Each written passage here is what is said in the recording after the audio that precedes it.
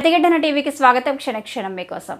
Satyavedu TDP MLA ఆదిమూలం రాసలీలకు సంబంధించిన ఓ video social మీడియాలో వైరల్గా మారిన సంగతి తెలిసిందే. ఈ ఘటనపై బాధితురాలు టీడీపీ చీఫ్ సీఎం చంద్రబాబుకి లేఖ రాసింది. ఎమ్మెల్యే ఆదిమూలం తనని వేధించాడని, తన కోరిక తీర్చాలంటూ బెదిరించాడంటూ లేఖలో తెలిపింది. ఎమ్మెల్యే తనకు ఫోన్ చేసిన వాట్సాప్ స్క్రీన్ షాట్లను కూడా ఆమె బయటపెట్టింది.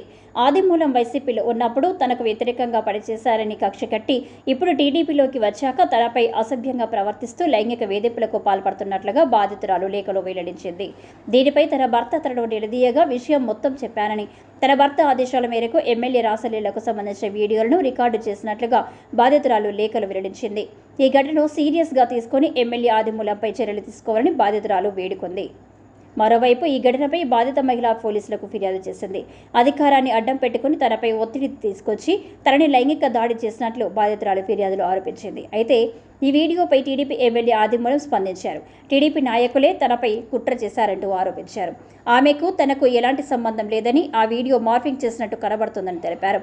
తానేంటో తన నియోజకవర్గ ప్రజలకు తెలుసునని చెప్పారు.